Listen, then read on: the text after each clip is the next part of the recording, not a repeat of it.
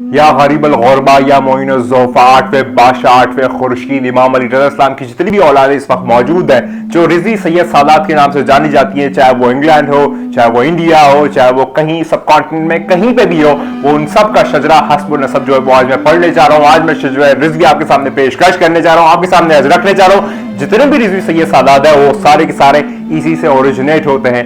मैंने पहले तो इस तरह की वीडियो यूट्यूब पे नहीं देखी, इसलिए मैं स्पेशल तरीके से आपके लिए शजरा पूरा रिज़विया लाया हूं और आपके सामने पेशकश करूंगा। आप लोगों को बताऊंगा कि आखिर किस तरीके से फकत आठवें इमाम नहीं बल्कि एक और इमाम है जिनसे शजरा रिज़विया जो है वो जाना जाएगा, या चलता है या वो चला है। इन सब पे बात करेंगे। आप भी देखते रहिए, आज हम लोग इसी पे बात करेंगे।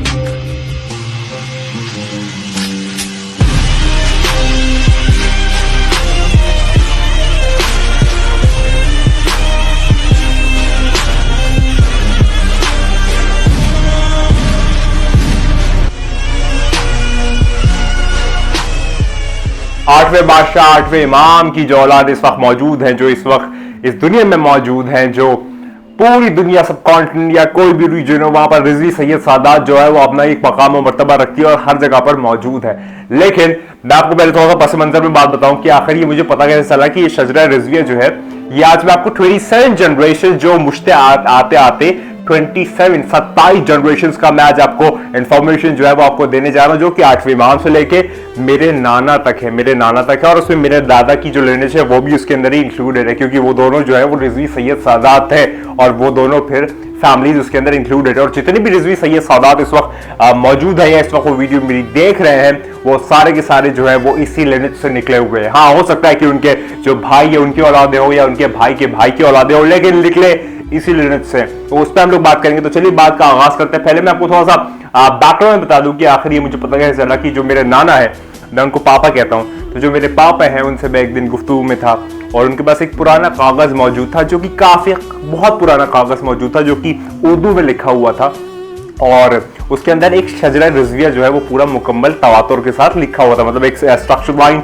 तरीके से लिखा हुआ था।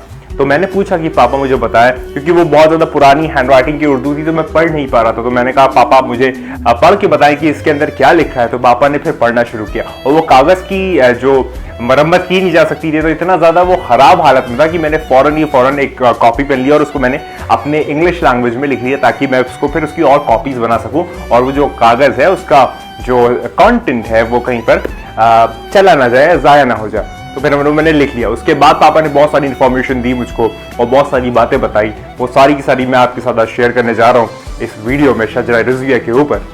तो सबसे पहले आपको बात शुरू से शुरू करते हैं। 8वें इमाम जो है वो मौला कुल कायनात अमीरुल मोमिनीन और जनाब फातिमा ज़हरा सलामुल्लाह की 8वीं औलाद है, यानी कि उनकी लिनेज से 8वीं औलाद है।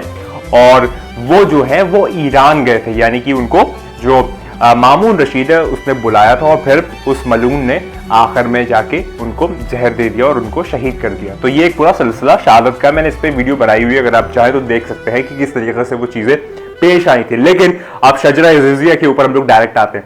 बहुत सारे लोग अमूमन एक डाउट रखते हैं या उनको एक कंफ्यूजन रहता है, जो कि मुझे भी था, मैं कोई अलग नहीं हूं, मुझे भी कंफ्यूजन था कि क्या हम लोग डायरेक्टली 8वें इमाम की औलाद हैं। तो मैं आपको बता दूं एक बात, बहुत इंपॉर्टेंट बात, की जो जितने भी रिज़वी सैयद सादात पूरी दुनिया में जितने भी मौजूद है, दरअसल वो 8वें इमाम की डायरेक्ट औलाद नहीं है। क्योंकि मैं आपको एक इंटरेस्टिंग फैक्ट बताऊं, जो भी रिज़वी सैयद इस वक्त मौजूद है वो सारे के सारे जो है वो 9वें इमाम मोहम्मद तकी अलैहिस्सलाम से है। क्यों? क्योंकि 8वें इमाम के फकत एक बेटे थे जो कि 9वें इमाम थे, उनके कोई और औलादे नहीं थी कि उनके और औलादे हो तो उनसे फिर और जनरेशन जो है वो आगे बढ़े, नहीं। 9वें इमाम फकत एक इमाम बेटे थे उनके, जिनसे और उनकी जनरेशन जो है वो आगे बढ़ी, क्योंकि वो फिर ईरान चले गए थे, वो मदीने में रहे ही नहीं थे, बहुत कम वक्त रहे अपने, और फिर उसके बाद वो ईरान चले गए। तो उनके जो बेटे थे वो फकत 9वें इमाम थे। और 9वें इमाम कौन है? इमाम मोहम्मद तकी अलैहिस्सलाम। तो असल में दरअसल रियावत में मैं आपको एक बात बताऊं कि जितने भी रिज़वी इस वक्त मौजूद है दरअसल वो तकवी है, जितने भी है, मतलब आत्माक्स जितने भी हैं, क्योंकि उनके एक ही बेटे थे। तो आप उनका कौन सा ऐसा बेटा लाएंगे जिनसे आप अपना रिज़वी सैयद का शजरा जो है वो लेते हैं? नहीं ले सकते। इसलिए आप जो 9वें इमाम हैं उनके आप असल में उनके आप कह सकते हैं वारिस है, या फिर आप उनकी लिनेज से आगे आए हैं, वो है तकवी। तो हम लोग एक्चुअली हम लोग जितने भी रिज़वी हैं वो तकवी हैं। ये मैं आपको एक इंटरेस्टिंग फैक्ट बता रहा हूँ। बड़े बुजुर्ग या जो पुराने लोग थे वो ये बात जानते थे, लेकिन अब वक्त के साथ ये चीज़ें कहीं ना कहीं पर एक्सटेंड होती जा रही हैं।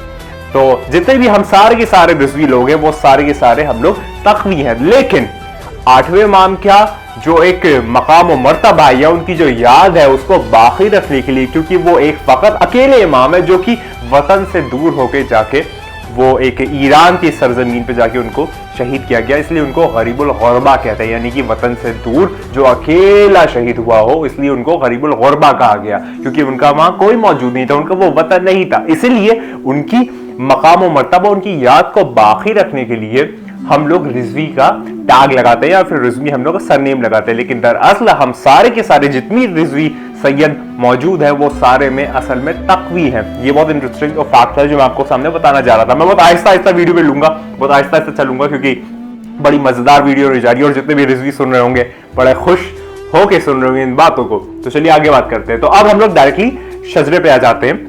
इमाम मोहम्मद तकी अलैहिस्सलाम से 8वें इमाम इमाम अली रजा इस्लाम है, उनके बेटे इमाम मोहम्मद तकी अलैहिस्सलाम। अब आप लोग सुनना शुरू करिए, मजा आने वाला है।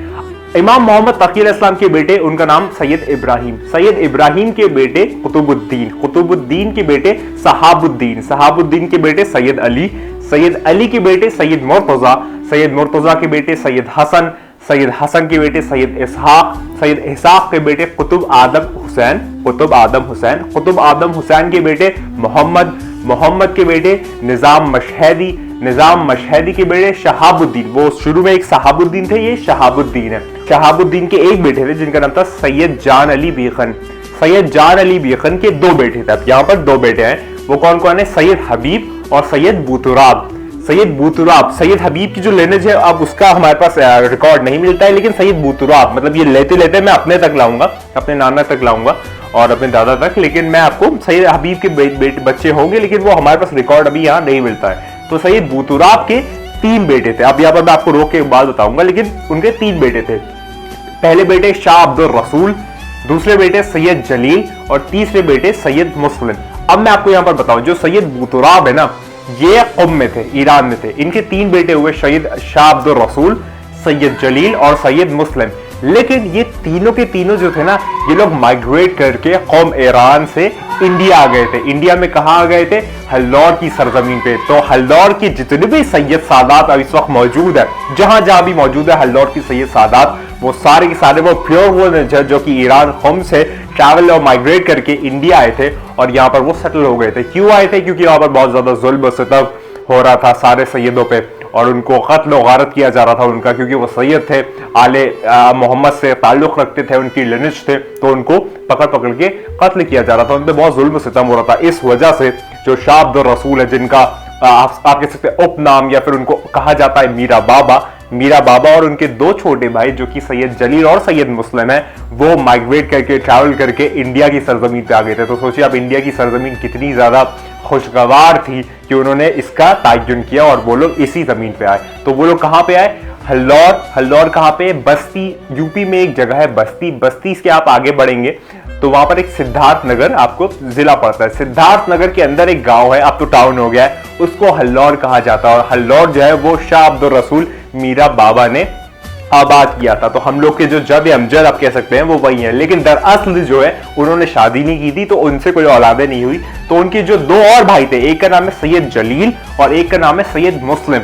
तो सैयद मुस्लिम जो है वो बुनियाद है जितने भी हल्दौरी सैयद है। जितने भी हल्दौरी सैयद है उनके जो वालिद है, जो उनके बाप है, जो एक बाप है, जो वो फादर है, वो सैयद मुस्लिम है। वो फकत एक है जिनसे पूरे हल्दौरी सैयद जो है, मैं आपको भी बताऊंगा किस तरीके से कैटेगराइजेशन के साथ वो एक टोकनाइजेशन हुआ है। 4 उनके बेटे थे, तो उस तरीके से हुआ। तो शाह अब्दुल रसूल, इनके 2 छोटे भाई सैयद जलील और सैयद मुस्लिम। शाह अब्दुल रसूल को क्या कहा जाता था? मीरा बाबा। आज भी मीरा बाबा की जो कब्र है वो हल्दौर में मौजूद है। अगर किसी को जाना आना हुआ उस तरफ तो आप लोग जरूर जाए और उनकी जियारत करें। अब सैयद मुस्लिम, और वैसे मीरा बाबा के बहुत ज्यादा करिश्मात भी है, मतलब वो एक आरफ शख्सियत थे, तो वो भी किसी वीडियो में आपका तस्करा करूंगा मैं। लेकिन सैयद मुस्लिम पे आते हैं, अब आगे बढ़ते हैं, वीडियो को हम लोग आगे ले जाते हैं। तो जो सैयद मुस्लिम है ये है बुनियाद हल्दौरी सैयदों की। अब सैयद मुस्लिम के 4 बेटे थे। कौन कौन? सैयद हसन, सैयद कबीर, सैयद पीर और सैयद फैज, ये 4 बेटे थे सैयद मुस्लिम के, जिनसे हल्लौर की और आबादी जो है वो बढ़ना शुरू हुई। अब इन लोगों को एक उपनाम दे दिया गया, इनको एक आप कह सकते हैं टैग दे दिया गया, एक जो होता है ना लोकल टैग, आसानियत के लिए या फिर थोड़ा सा एक फैमिली लाइन को समझने के लिए इनको एक नाम दे दिया गया। क्या नाम दे दिया गया? जो सैयद हसन थे इनको कह दिया गया पढ़िए, पढ़िएगा, लोकल जबान में इनको पढ़िए कहा जाता है। जो सैयद कबीर है इनके बच्चों को कहा जाता है मिरवा, जो सैयद पीर है इनके बच्चों को कहा जाता है किंगरिए, और जो सैयद फैज है इनको कहा जाता है इनके बच्चों को बाके। तो ये 4 जो फैमिली लाइन है ना ये निकली, जो कि आज भी हल्दौर में बसती है। मतलब कोई पड़िया है तो कोई मिरवा है, जो कोई किंगरी है, कोई बाके। तो ये 4 फैमिली लाइन जो है ये हल्दौर में अभी भी बसती है इन चारों बेटों से। अब मैं अगर आपको बताऊं अपना स्पेसिफिकली, तो मैं मिरवा हूं, मैं मिरवा हूं, मतलब सैयद कबीर की औलाद हूं मैं। अब हम लोग आगे बढ़ते हैं। अब ये जो सैयद हसन जो कि पढ़िए है, सैयद पीर जो कि किंगरी है, और सैयद फैज जो है जो कि हमारे पास बाके हैं, इन लोग को हम लोग अभी रोकते हैं क्योंकि इनका जो शजरा नसब है वो मेरे पास नहीं मिलता है। अब सैयद कबीर से मैं अपना आगे लेके चलता हूं और आपको और आगे बताता हूं। अब सैयद कबीर जो है इनके 2 बच्चे थे, एक का नाम था बदर जहान और एक का नाम था कदर जहान। कदर जहान से अब हम लोग आगे चलेंगे। कदर जहान की जो थे वो 3 बच्चे थे, सैयद जान जहान, सैयद मोहम्मद दाइम और सैयद मोहम्मद कायम। सैयद मोहम्मद दाइम कि अब हम लोग आगे चलेंगे। सैयद मोहम्मद दाइम के एक बेटे और भी हो सकते हैं, लेकिन यहां पर एक ही का रिकॉर्ड मिलता है। सैयद मोहम्मद दाइम के एक बेटे जिनका नाम था सैयद मंजूर अली। सैयद मंजूर अली के 3 बच्चे, कौन कौन? सैयद तुफैल, सैयद दयानत अली और सैयद कुर्बान अली। आप देखिए क्या नाम होते हैं सैयदों के, इसमें अली मोहम्मद के अलावा कुछ आएगा ही नहीं। सैयद मंजूर अली के 3 बच्चे, सैयद तुफैल, सैयद दयानत अली और सैयद कुर्बान अली। सैयद दयानत अली के भी 2 बच्चे, एक बेटे, उनका नाम था सैयद फतेह अली। सैयद फतेह अली के अब 2 बच्चे हैं, कौन कौन? काजिम अली और दानिश अली। दानिश अली के एक बेटे जिनका नाम है अमीर अली के एक बेटे जिनका नाम है मुनव्वर अली।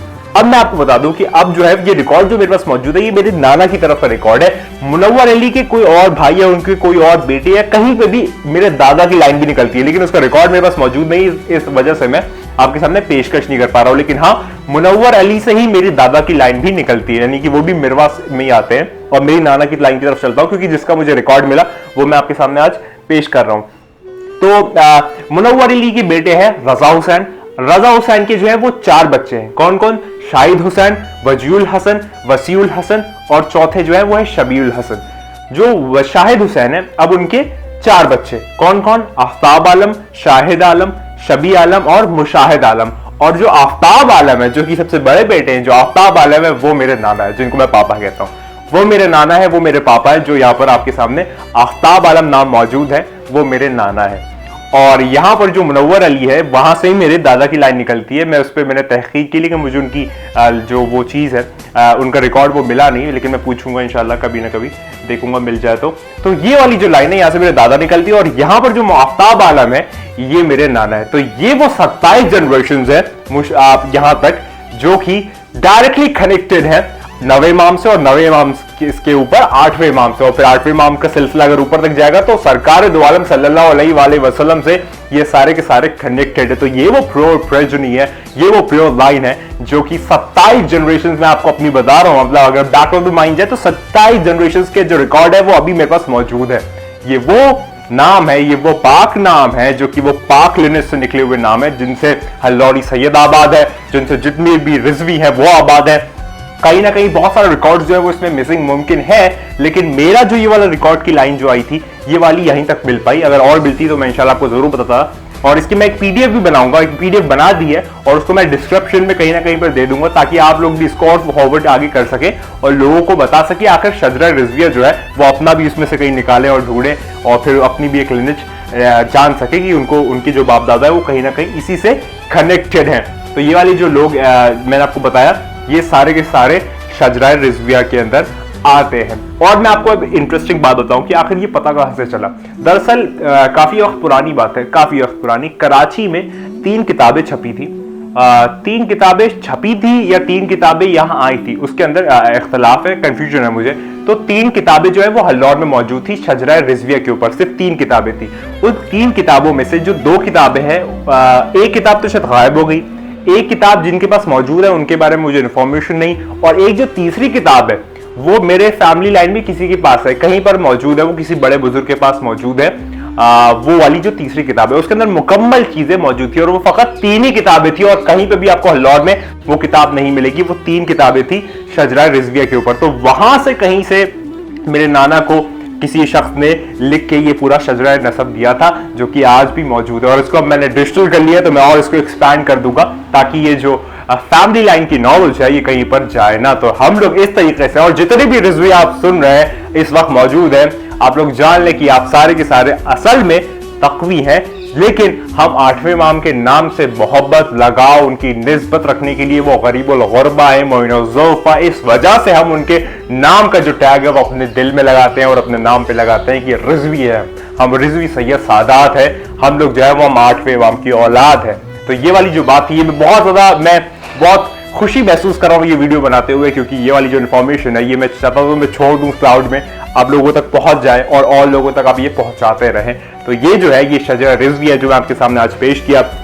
और बहुत सारे जितने भी रिजवी सुन रहे हैं, आप लोग खुश नसीब हैं, आप लोग खुशकिस्मत हैं, आप लोग एक ऐसे घराने में पैदा किए गए हैं कि जिस पर अल्लाह का इनाम हुआ है। अब आपको चाहिए कि आप लोग तकवा, परहेजगारी और अपने किरदार से अपने आप को साबित करें कि आप इस लायक हैं कि आपको रिजवी सैयद सादात कहा जाए। ये नहीं कि फकत आप सैयद हैं तो आप कुछ भी करें, करते रहे और कैसे भी करें, नहीं। आपको चाहिए कि आप तो एक रोल मॉडल होने चाहिए समाज के लिए। आप सैयद हैं क्योंकि, और आप जो है वो प्योर पाक लिनत से हैं, किसकी? सरकार दो आलम सल्लल्लाहु अलैहि वसल्लम की। आप सारे लोग मुंतजरीन हैं, नासरीन हैं, मुहिब्बीन हैं, आशिकीन हैं। किसके?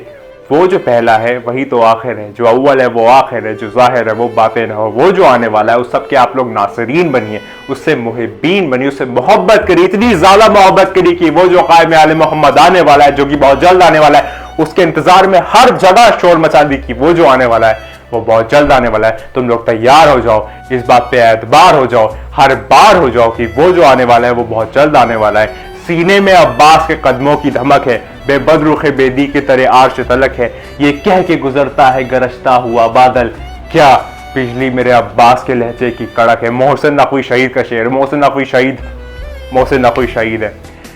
तो इसी बात पे मैं एंड करता हूँ इस वीडियो को, और मैं समझता हूँ कि मैंने आपको बता दिया होगा। पीडीएफ प्रोवाइड कर दूंगा आपको, पीडीएफ जो है वो इंग्लिश लैंग्वेज में मौजूद है, इंग्लिश में पूरा उसको फॉर्मेट करके डिस्क्रिप्शन में डाल दूंगा। और जो लोग चाहते हैं अगर मैं ना डाल पाऊँ तो आप लोग मुझसे पर्सनली भी मांग सकते हैं। मैं उम्मीद करता हूँ आपको वीडियो पसंद आई होगी, आपको शजरा रिजविया सुन के बहुत मजा आ गया होगा। और जितने और लोग हैं आप लोग देखें कि वो जो फैमिली है वो ताक़यामत बाकी रहेगी। अगर आप कहें कि ज़र्रात तो वो हम हैं, अगर आप कहें पूरा का पूरा चांद और कमर तो वो कायम आले मोहम्मद है। हमेशा मैं एक ही बात कहूँगा जो मैं हमेशा कहता हूँ, तू नहीं है, बस वही है। खुदा को याद करो यार, खुदा को याद करो। खुदा हाफिज।